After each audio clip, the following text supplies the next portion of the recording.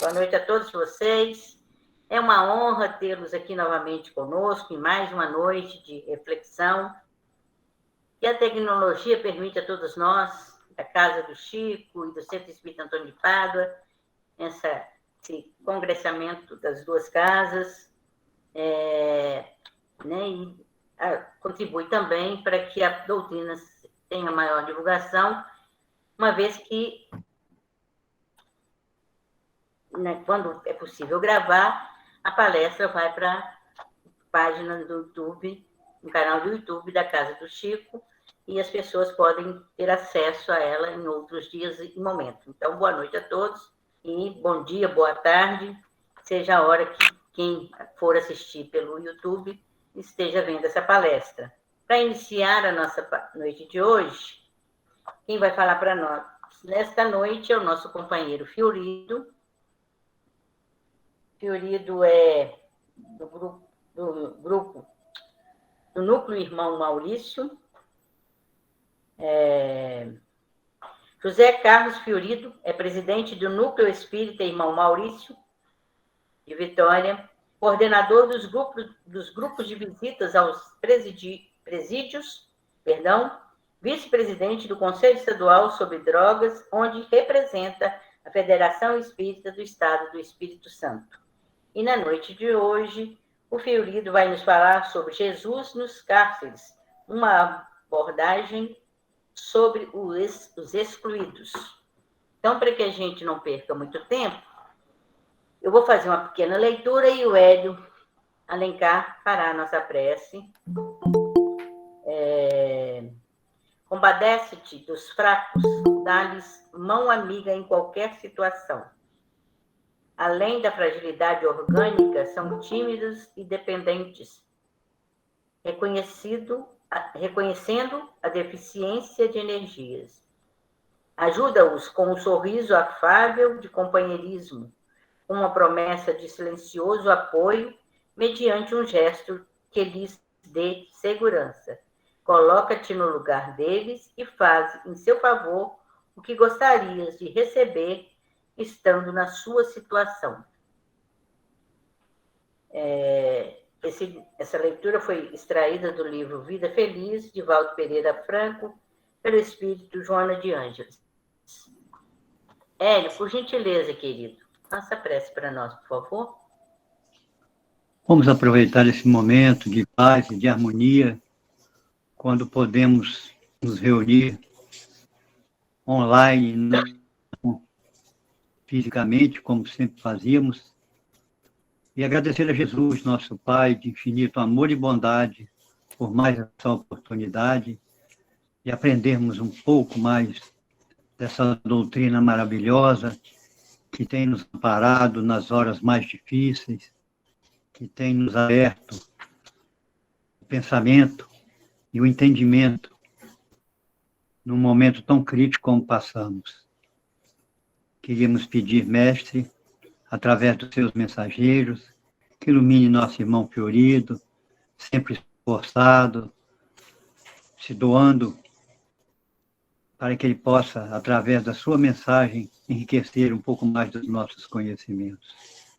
Abençoa cada um que está participando, aqueles que não puderam, aqueles amigos, irmãos, trabalhadores, acamados ainda, e que possamos estar sempre prontos ao trabalho quando ele aparece. Obrigado, Mestre. Fica conosco, é o que nós te pedimos hoje e sempre. Assim seja. Que assim seja. Fiorido, é com você, meu querido. Eu renovo aos queridos amigos mateenses e todos aqueles que nos escutarão depois na palestra gravada, o meu abraço fraterno, a minha alegria de estar com vocês. Já estava com saudade, digo de passagem, e eu quero agradecer a oportunidade de estar abordando esse tema, porque esse tema me é muito caro, porque, em verdade, é o tema por onde eu tenho mais dificuldades. Eu tenho enorme dificuldade para lidar com essa questão. Talvez por essa razão é que eu me debruço, de uns anos para cá, o meu olhar sobre essa questão. Então, o tema que está proposto, estou vendo aqui a nossa companheira Divina, lá de Itapajipe, Minas Gerais. Seja bem-vinda, Divina. Você está falando, Obrigada. você está presente numa reunião do Grupo Espírita de Antônio de Pádua, do norte do Espírito Santo, São Mateus. Jesus nos cárceres, uma abordagem espírita sobre excluídos, é um tema que me inspira muito, como eu disse, pela minha dificuldade pessoal, uma vez que, como espírito imperfeito, ainda muito egoísta e muito orgulhoso, vaidoso das minhas parcas pretensões, mas que elas ainda me enchem de vaidade.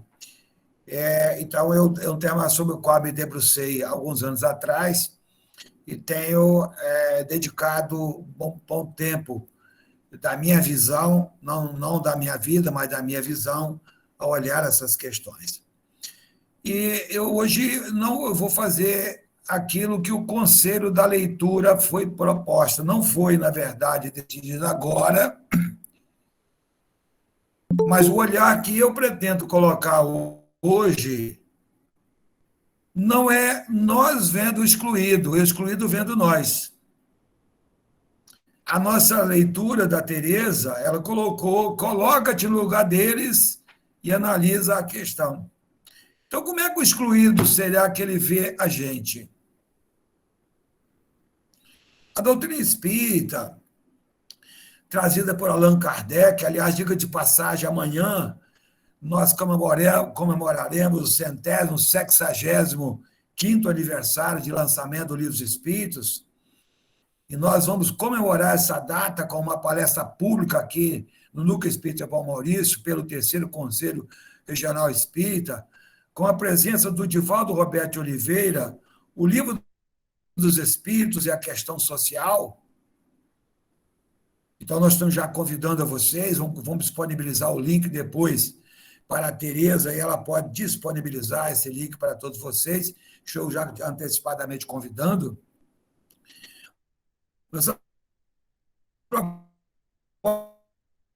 A indiferença que nós apresentamos diante da grande maioria desses quadros, eu quero dizer para vocês, eu vou até mudar o tempo pronominal.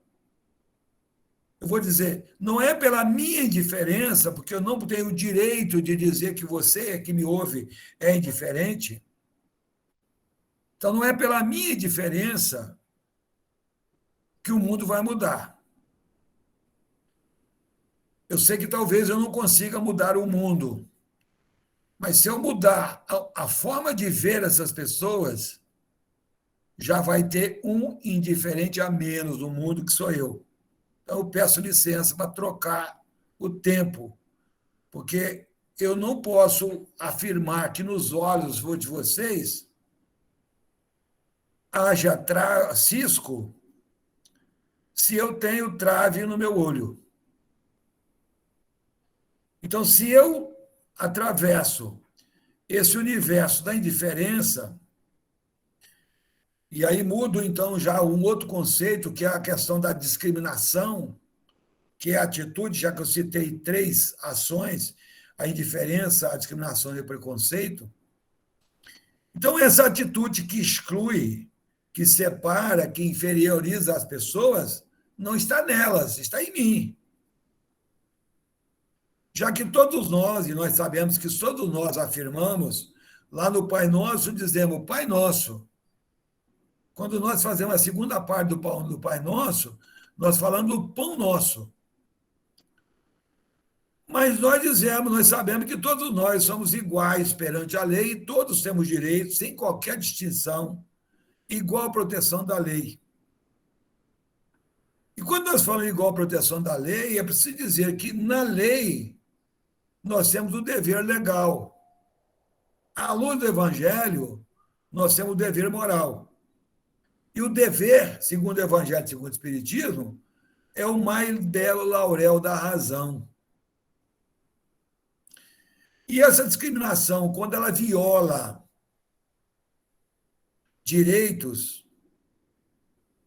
ou quando ela só nega direitos, ela se constitui, na verdade, elementos que podem, inclusive, gerar consequências graves para nós mesmos. E aí está o nosso cárcere, porque a discriminação tem origem no preconceito. Muitas vezes ela é vista como o próprio, digamos, é confundida com o próprio preconceito. Os dois termos, é preciso dizer, eles estão relacionados. Mas algumas dessas atitudes discriminatórias podem estar tipificadas como condutas penais sobre as quais nós podemos ser responsabilizados, já que, por dever, nós não podemos nos omitir. Por dever, nós precisamos cumprir aquilo que a lei determina. Ninguém é obrigado a fazer nada, senão em virtude de lei. Isso é fato. Mas do ponto de vista espiritual, do ponto de vista do homem inteligente, do ponto de vista do homem de bem, esses conceitos se ampliam muito mais além do horizonte da lei. Já que o Evangelho de Mateus, no capítulo 25, ele diz que todas as vezes que fizerdes disso a um desses pequeninos, é a mim que eu fareis. Noutra direção, o conceito de justiça e caridade, tipificado lá na questão 886, do qual eu tenho falado um pouco, ele pode, na verdade, traduzir o entendimento mais ampliado daquilo que está lá na leitura simples. Porque eu estou inclinado a afirmar, com base nas leis morais, na 10ª lei moral, onde Allan Kardec coloca junto lei de justiça, amor e caridade. Por que eu estou falando de justiça e caridade? Quando eu vou na questão 886, eu tive tentando inventar um pouco, sem tentar modificar Kardec, mas tentando inventar para filosofar, eu experimentei substituir a palavra caridade na questão 886 e coloquei o seguinte: qual é o verdadeiro sentido de justiça, tal qual entendia Jesus? A expressão verdadeira do Livro dos Espíritos é: qual é o verdadeiro sentido da caridade? Mas eu, ousadamente, pensando, resolvi trocar a palavra caridade por justiça. E o meu pensamento me levaram à convicção de que eu terei a mesma resposta nas duas perguntas. Benevolência, indulgência e perdão para caridade. Benevolência, indulgência e perdão para a justiça. Porque ampliando o entendimento hoje do que seja excluído, fazer justiça não é punir. A pedagogia divina está dizendo para nós que tanto a prisão quanto o aprisionamento dessas pessoas nos seus cárceres variáveis, ou seja, a dependência química, a situação de rua, a situação de abandono, a situação de vítima, a situação de egresso do sistema prisional, a situação de doente encarcerado no leito domiciliar ou no leito hospitalar, ele é um indivíduo que necessita tanto da caridade quanto de justiça. Já que justiça, nesse sentido, e no melhor sentido, é fazer ao outro aquilo que eu quero que me faça. E quando a Teresa coloca, então, do ponto de vista do excluído, como é que ele nos vê? Ele nos vê como alguém poderoso, como alguém sujeito de direitos. Nesse sentido, então, é que a gente traz para a reflexão a questão do preconceito. E o preconceito faz transparecer mais o caráter de quem julga do que quem é julgado. Olha que expressão forte. Eu sei que, às vezes, como eu estou falando para mim, e eu pedi licença para colocar essa condição para não ferir ninguém. Então, quando eu sou preconceituoso, essa condição faz muito mais me ver, do que está dentro do meu coração, do meu peito, ou dentro das minhas emoções, dentro do meu psiquismo, do que aquilo que eu vejo na outra pessoa. Porque eu não sei verdadeiramente qual é a história pretérita dessa pessoa, a vida pregressa dela, na pré-existência do espírito, qual é a trajetória dele. E quanto esforço ele está fazendo para superar esse estado de coisa que está vivendo. Então, esse juízo de valor preconcebido sobre alguém que pauta uma conduta construída sem fundamento, sem conhecimento, sem reflexão, resultando de um pré-julgamento, ele revela muito mais daquilo que faz dentro de mim, daquilo que eu analiso da outra pessoa. E o que é mais doloroso, quando eu me percebo fazendo esse comportamento, ou tendo esse comportamento, eu revelo um repúdio.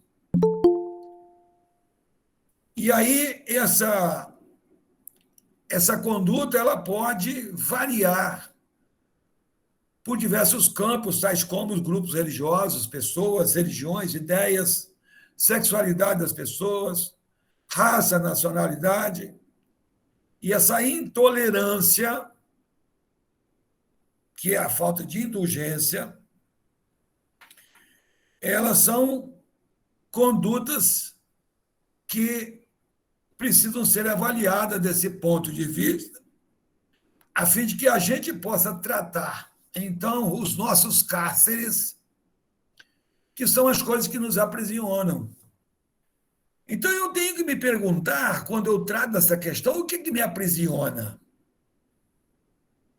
Em primeiro lugar, nossa condição de terráqueos. Já que em muitas situações, eu particularmente me vejo na situação de um espírito, ora espiando, ora reparando, mas eu estou aprisionado num corpo. Isso é ponto. A minha condição reencarnatória me bota nessa condição de conviver com essas pessoas. No local onde eu fui convidado a realizar minhas experiências. E todas as coisas que estão colocadas à minha volta, elas fazem parte de um planejamento que a pedagogia divina me deu para que eu possa realizar as experiências. E, nesse sentido, eu bem sofrer. Porque tem o mal sofrer.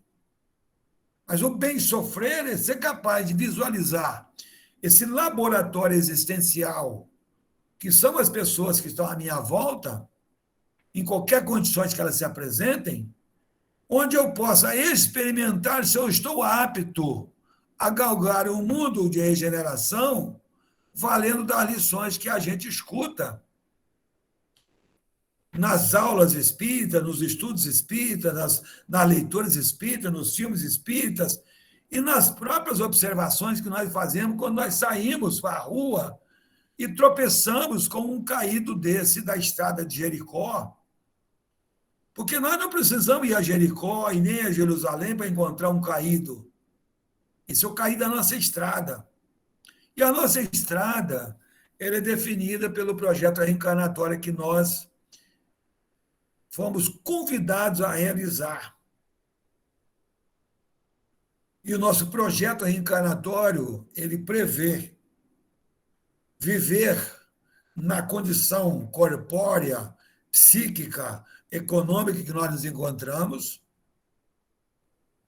para que possamos realizar aquilo que temos que fazer, do qual não nos é pedido o sangue, como foi pedido dos mártires dos Coliseu, que eram devorados pelas feras, que eram queimados nas fogueiras, de nós pede-se apenas o suor, o esforço que está anotado na questão 642 do Livro dos Espíritos.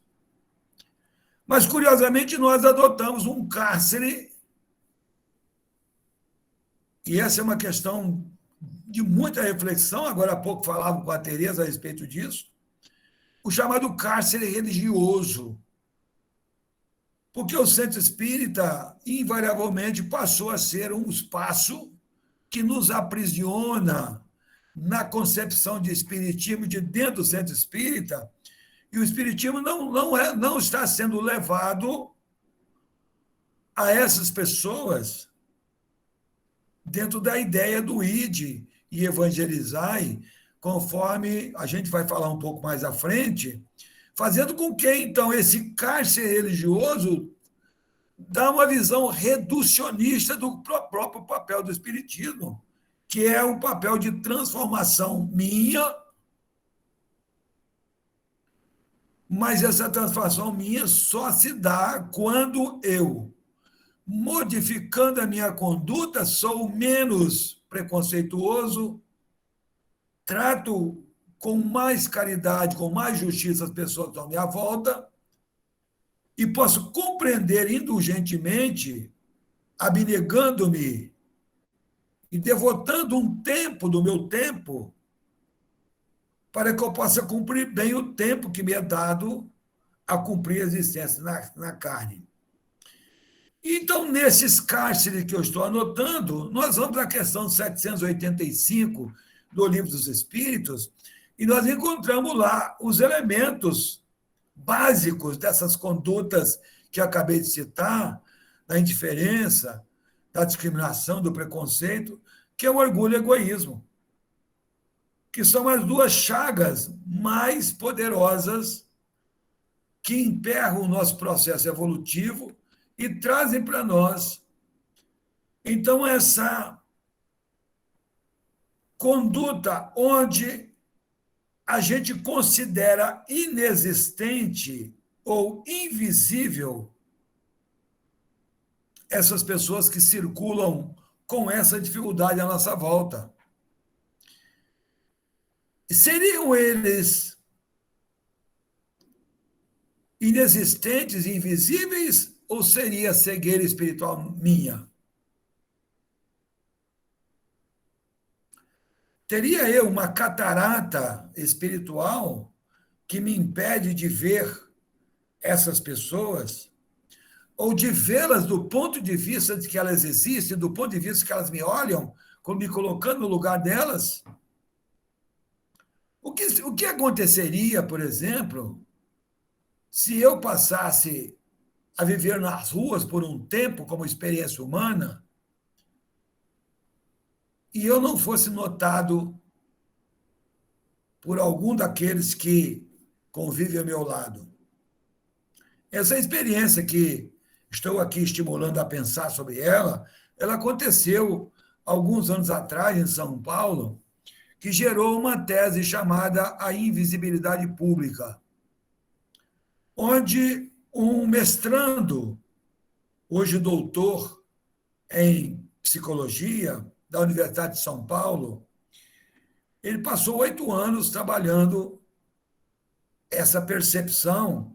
Então, ele, enquanto trabalhava a tese dele, ele se vestia de gari por um tempo, e ele vivia no meio dos garis, comendo com os garis, limpando a rua, limpando os jardins, as pistas, as telas, as praças da Universidade de São Paulo, e ele relata que muitas vezes os próprios colegas deles olhavam-no, embora conhecessem pelo nome, mas não o viam.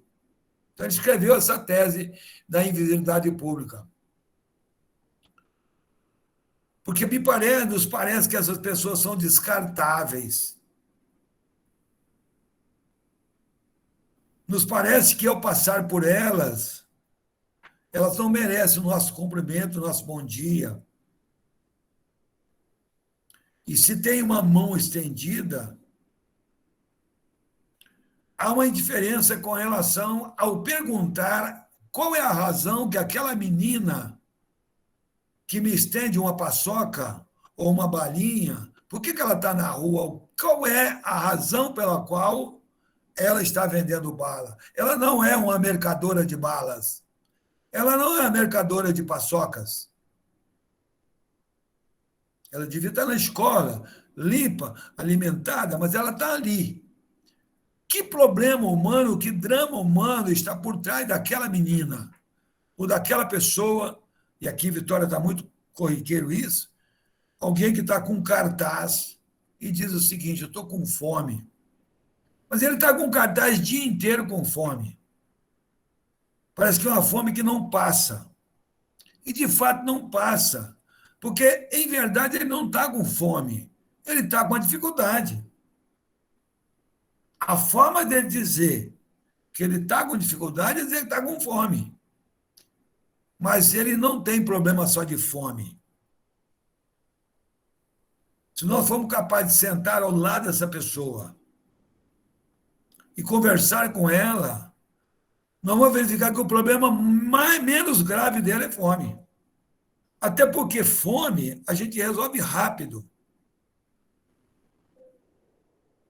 Tempos atrás, doamos uma cesta para uma pessoa aqui na casa e nós descobrimos que ela não precisava de cesta, ou, perdão, ela não precisava de alimento cru, ela precisava de alimento cozido, porque ela não tinha fogão, ela não tinha bujão de gás, ela não tinha panela, mas a gente simplesmente deu uma cesta básica para ela.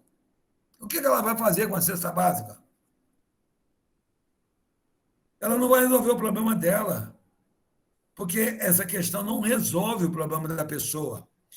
Por isso que, na busca de compreender essa situação, nós precisamos ter em mente, do ponto de vista do homem inteligente, do ponto de vista do homem que já se considera entre os melhores, que já se considera entre os bons, se já se considera dotado dos recursos suficientes para viver, dentre os homens que já consideram com alguma intelectualidade para compreender esses fatores, perceber que essa invisibilidade social, ou esses quadros que se apresentam na nossa trajetória, eles têm um componente histórico, cultural, social, religioso, estético e outras questões.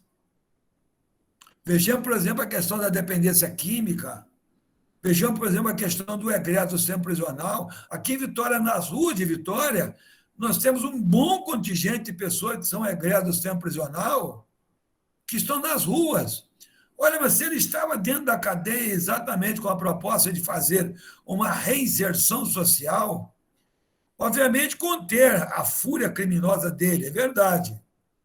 Mas terminada a pena dele, quando ele deveria voltar para a sociedade para trabalhar, ele vai viver nas ruas, porque ele não tem vínculo familiar.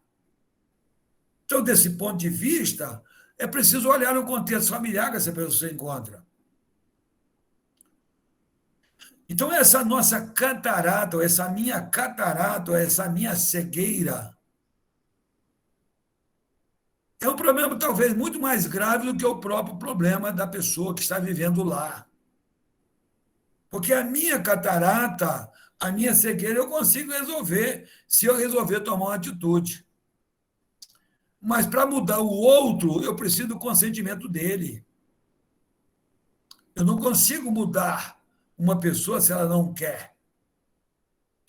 Do ponto de vista ainda espírita, eu tenho que trabalhar a questão das obsessões. Será que o indivíduo que está jugulado a uma condição inferior dessa ordem, ele está absolutamente capaz e livre das influências espirituais, enquanto ele sabe que ele se encontra jugulado, algemado, manietado por uma influência espiritual tão forte que lhe constrange de tal ordem, estou falando da subjugação, que lhe constrange de tal ordem à vontade que o impede de sair daquele quadro e nós impingimos a ele a pecha da preguiça ou a pecha da falta de vontade, quando nós sabemos que nós mesmos, quando subjugados a essas condições de uma dependência ou de uma influência espiritual, nós não conseguimos superar os nossos obstáculos, superar a nossa dificuldade. Dessa maneira, então, se nós somos criados simples e ignorantes, não existem entre nós pessoas que possam ser discriminadas. Existem pessoas que adquiriram, por N razões, estágio evolutivo mais avançada, em razão de experiências mais aproveitadas, de serem mais velhos, mas não temos nós que discriminar negros, brancos, pretos, ricos, pobres, héteros, homos, sulistas, nortistas, gordos, magros, intelectuais ou ignorantes. Qualquer condição que exista, além do fato de sermos espíritos criados em tempos diferentes, com história diferente, é de natureza humana e é fruto da minha cegueira espiritual, já que eu sou originário, e a doutrina espírita diz isso, eu sou originário da mesma fonte, o Pai, Deus, Criador, que nos criou todos iguais. Então, eu reputo, nessa análise que faço, a grande ideia trazida em que Jesus se oferece como guia e modelo e abre as perspectivas de que possamos nos colocar na condição de vanguardeiros, seguidores, profetas, pregadores, acolhedores, fazendo com que, então, ao invés de discriminar, preconceituar ou fazer indiferente, acolher as pessoas, seja pela porta da casa espírita, seja a porta das instituições hospedeiras, das hospedarias da parábola samaritano, já que no vinde a mim vós que estáis cansados e oprimidos, nós temos a condição de oferecer algum socorro necessário no acolhimento primeiro, a fim de que nós possamos nos tornar, então, parceiros de uma construção de um mundo novo, para que possamos criar um mundo melhor. O Centro Espírita, nesse sentido, ele tem um papel fundamental. Inegavelmente, cada centro espírita tem sua realidade. Cada centro espírita tem suas demandas. Cada centro espírita tem suas necessidades. Mas nós mesmos chegamos à casa espírita de que maneira? Dentro dos nossos cárceres, dos quais nós procuramos nos libertar, nós também fomos acolhidos pela mesma proposta. E depois de algum tempo, depois de alguns passes, depois do atendimento fraterno, depois de algumas palestras, nós somos convidados ao estudo para nos formarmos, para nos transformarmos em pescadores de homem e almas, conforme nos fala Mateus 4,19. O vinde a mim em Mateus 11,28. Vê que é um estágio de evolução dentro da ideia. A gente chega doente, vai para a condição de estudo, mas tem a terceira condição, que Marcos anota no capítulo 16, verso 15, quando ele diz: ide por todo o mundo e proclamai o evangelho a toda criatura. Então, qual é a nossa posição diante dessas pessoas? O que elas esperam de nós? Obviamente, ela vai pedir para comprar a paçoca, ou vai pedir a marmita, ou vai pedir o dinheiro. Mas nós sabemos que as pessoas não precisam tão somente disso. Aliás, o pedido de compra da paçoca, ou da moeda que ele pede, ou da placa que pede o almoço, é apenas um grito de socorro, sobre o qual nós precisamos depositar um olhar mais percussiente, um olhar mais aprofundado, para perceber naquela pessoa um ser humano em estado de dificuldade. Então, é verdade que nós chegamos ao centro espírita e nós nos tornamos espíritas, ou nós nos tornamos espiritualizados. Nós nos dizemos espíritas. O espírito Humberto de Campos, no livro Pontos e Contos, na lição 1, cujo título é o Programa do Senhor, se você tiver acesso aí ao aparelho que te permite acessar a internet, pode digitar aí o Programa do Senhor, Humberto de Campos, no livro Pontos e Contos. Vai encontrar lá uma indagação semelhante àquela que o Nicodemos fez quando foi conversar com Jesus. Dessa vez não era Nicodemos, era Malebel.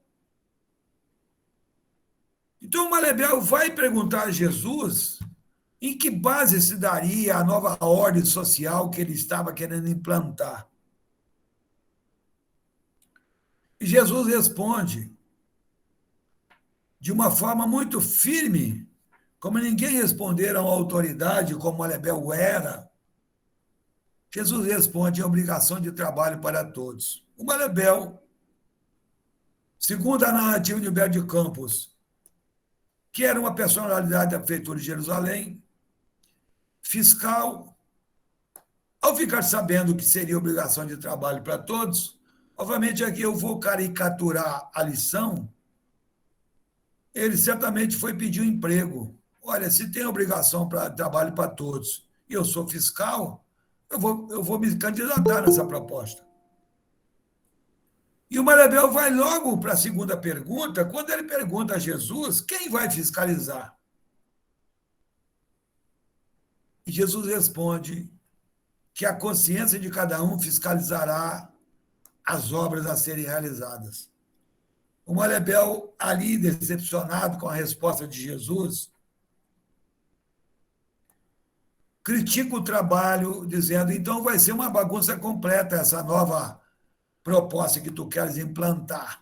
E ele devolve uma pergunta. Carece esse trabalho de organização, de disciplina? E Jesus diz para Malebel, no dia da segunda multiplicação dos pães, lá no monte ainda, nenhum trabalho prospera sem disciplina e sem determinação. Parece até que Jesus já tinha lido o livro dos Espíritos. Sobretudo a lei do trabalho, a lei do progresso, a lei de sociedade.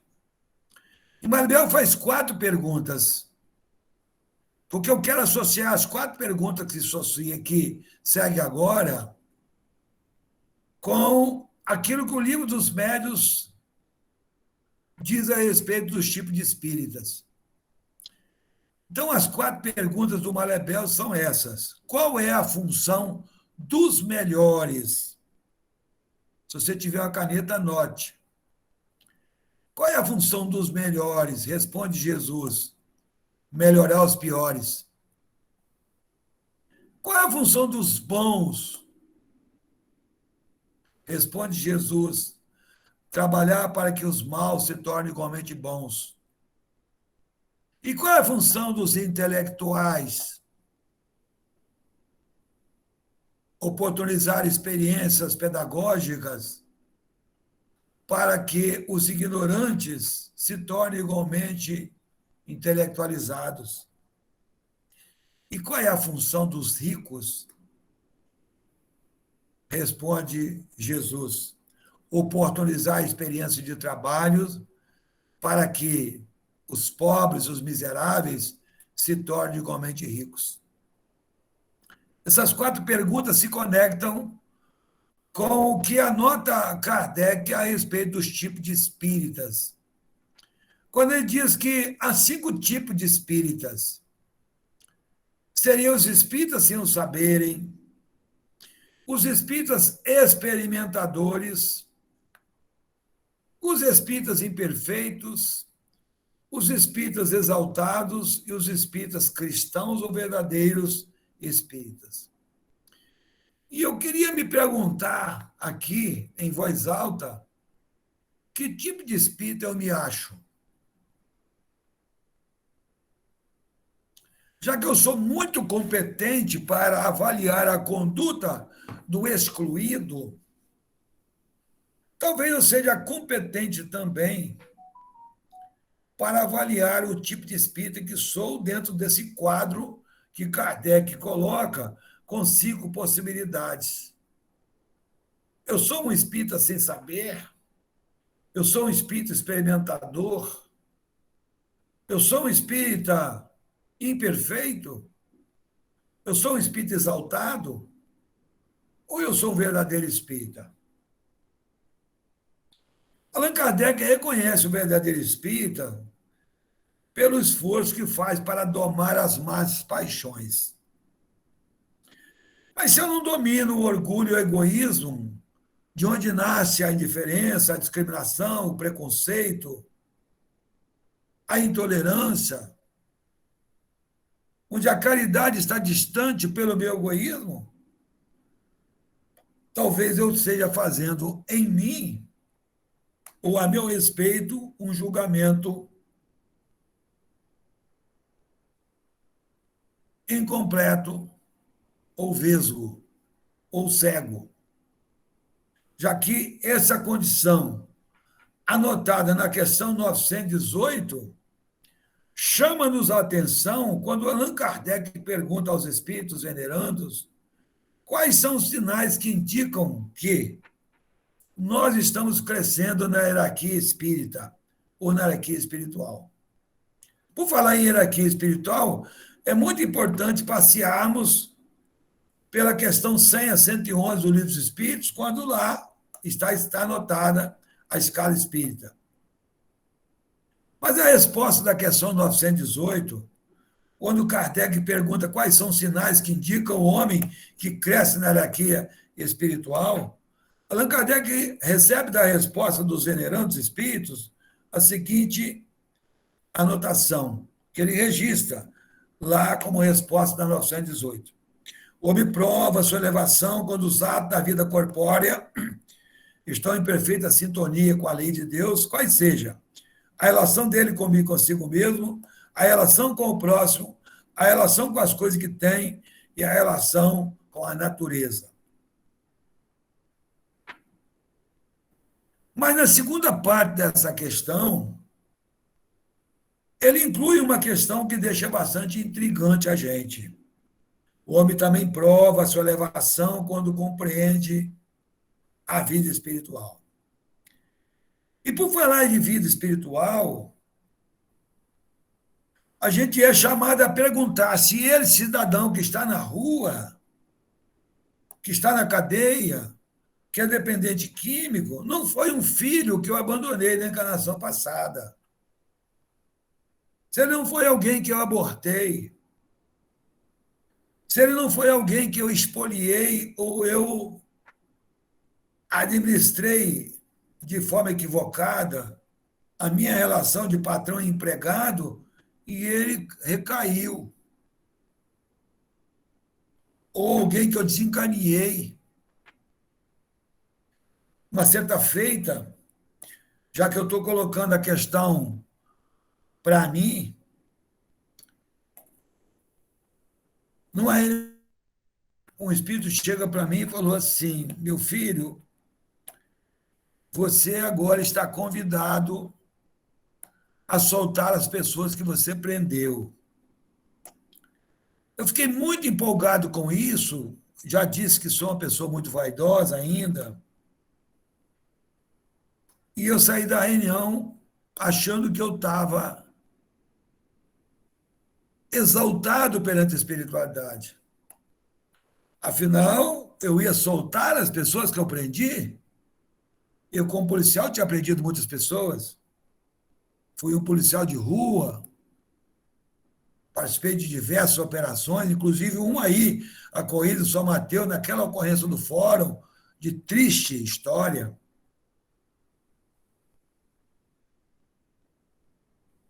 E eu fiquei com a bola cheia. Passados 2 anos, o mesmo espírito voltou na reunião mediúnica, também na coloquialidade paternal, e me disse: meu filho, você entendeu errado a proposta que eu te anotei naquele dia. Lembra-se que eu estive aqui e a minha memória reencontrou aquele arquivo? Ele disse assim: não foi aqueles que você algemou com as algemas dos braços, foi aquele que você algemou no mal, aqueles que você desencaminhou. Esse que você tem que soltar, esse que você tem que libertar do mal. E eu fico me perguntando se não era eu, então, que estava no cárcere da minha incompreensão, das minhas vaidades.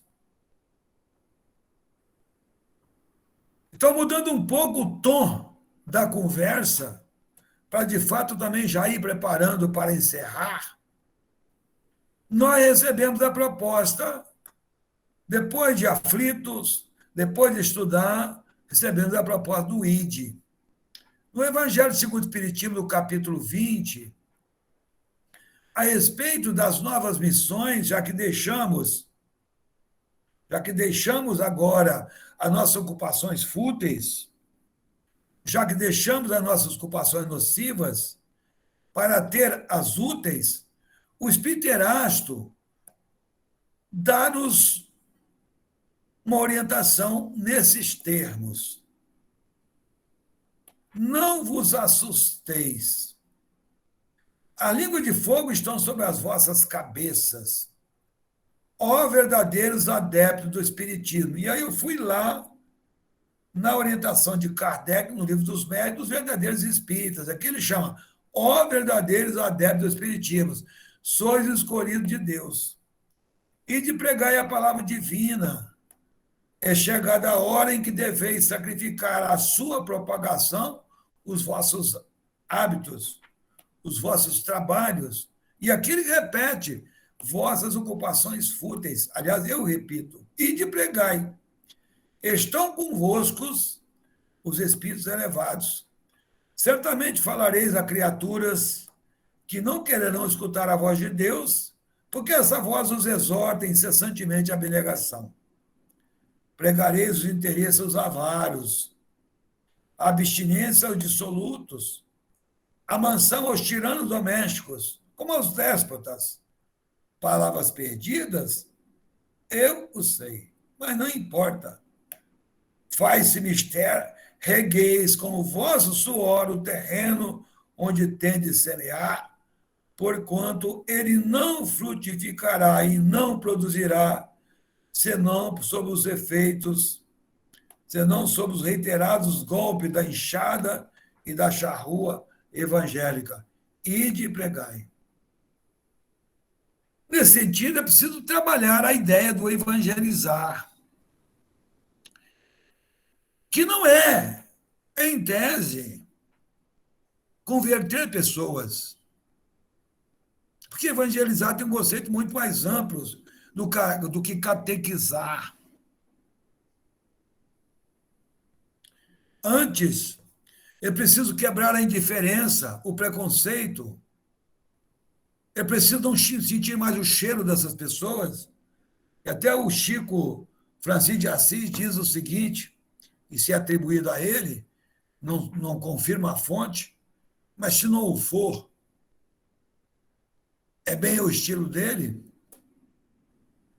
quando a gente já não sentir mais o cheiro dessas pessoas, eu acrescento o medo, o preconceito, quando as pessoas não nos forem mais, nós não formos mais indiferentes, aí nós estaremos na condição de poder falar do evangelho para essas pessoas, Porque a nossa boca precisa dizer daquilo que o coração está cheio.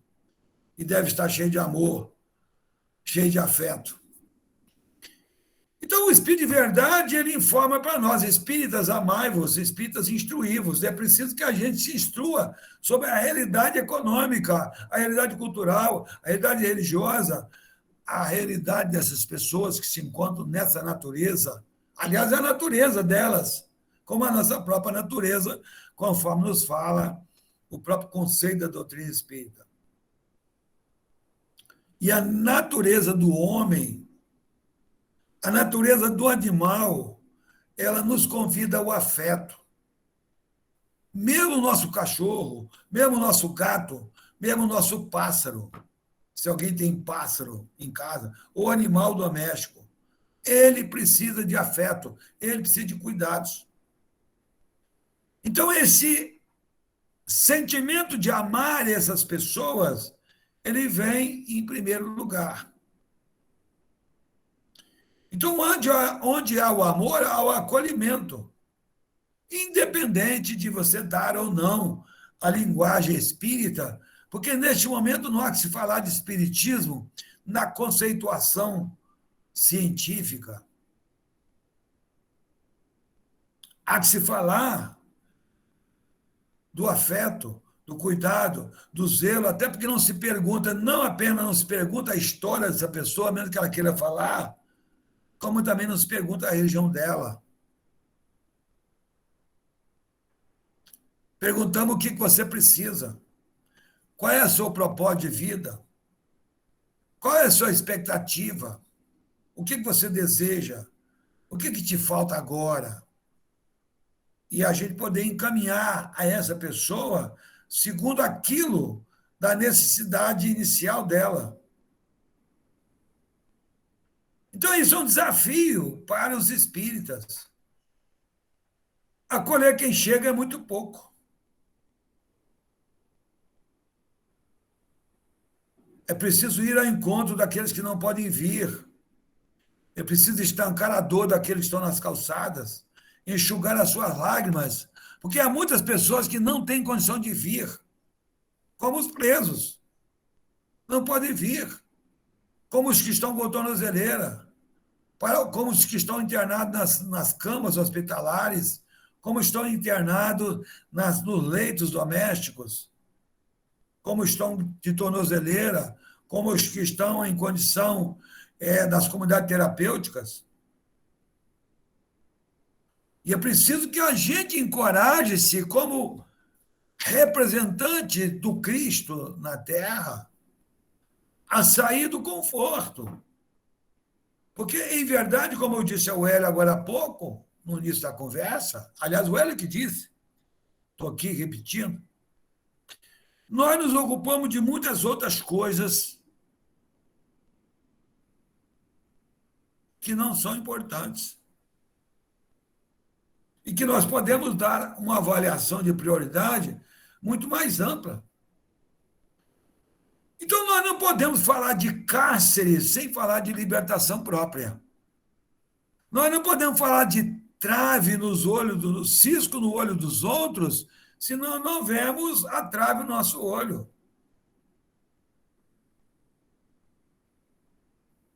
Mas, embora toda a dureza dessa conversa que eu fiz para mim,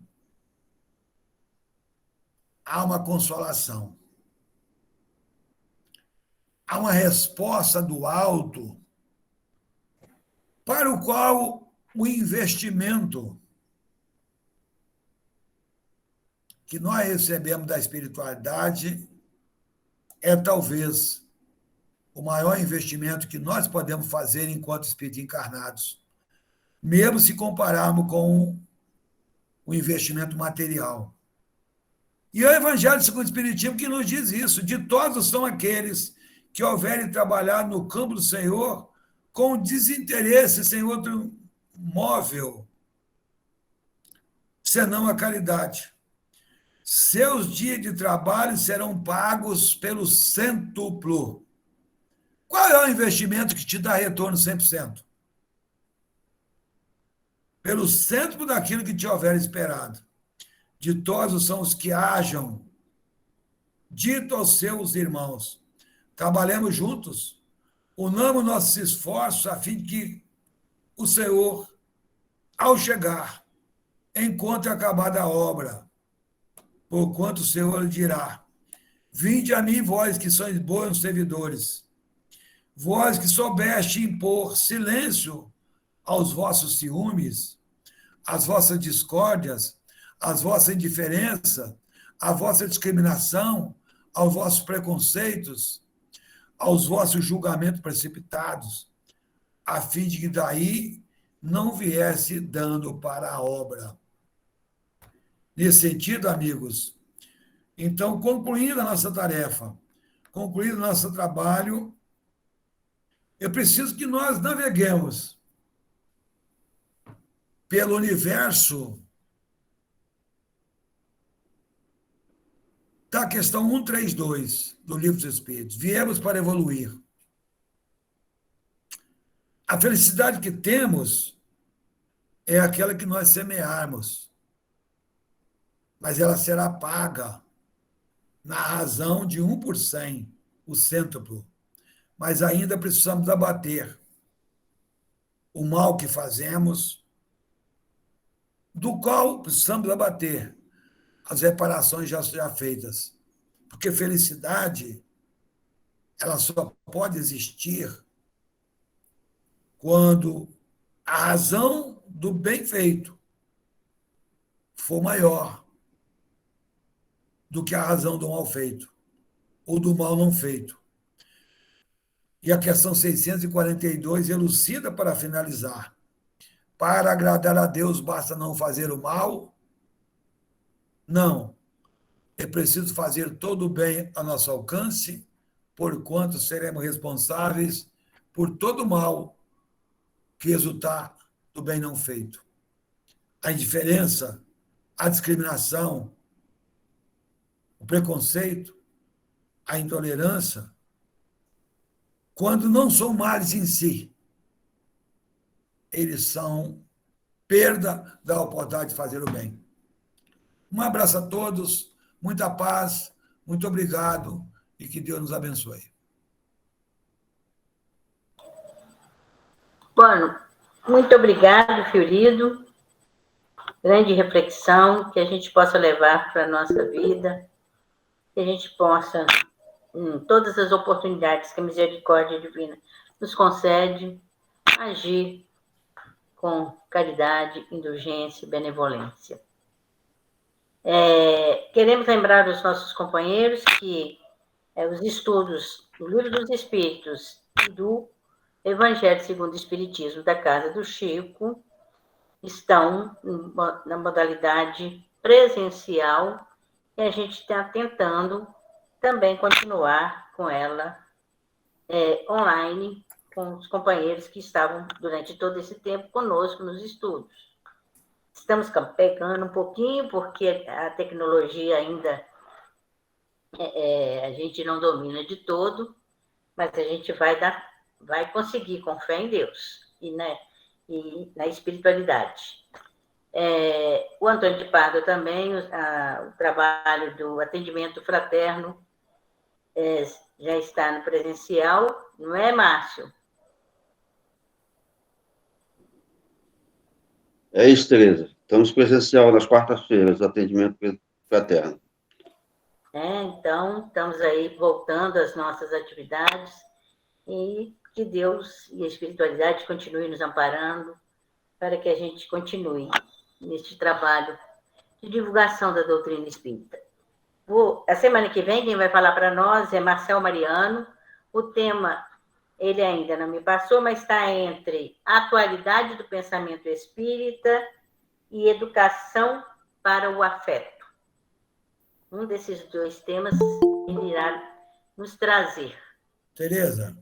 Oi. Você me permite só renovar o convite. Amanhã, às 20 horas, nós teremos a palestra alusiva aos 165º ano de lançamento do Livro dos Espíritos, pelo nosso canal de YouTube, sendo o palestrante o Edivaldo Roberto de Oliveira, com o tema O Livro dos Espíritos e a Questão Social, às 20 horas da manhã. Eu vou mandar o link para você e você, por gentileza, divulga para as pessoas. Estão todos convidados amanhã às 20 horas, pelo YouTube. Repasso sim, com certeza. Obrigado. E, aproveitando mais uma vez, explorando um pouquinho, por gentileza, faça a prece de encerramento para nós, por favor. Faço sim. Senhor Jesus, meigo e divino amigo, abençoa-nos em tua paz, Senhor. Abra-nos o entendimento para que verdadeiramente, Senhor, possamos reconhecer a nossa condição de espíritos ainda vacilantes, de certo, Senhor, com algum conhecimento, mas que ainda, Senhor, nos impressionamos com as fantasias da matéria. E com isso, Senhor, desperdiçamos ricas e abençoadas oportunidades da renovação, nos laboratórios existenciais que surgem em nosso caminho e que nos propiciariam, Senhor, avançar na trajetória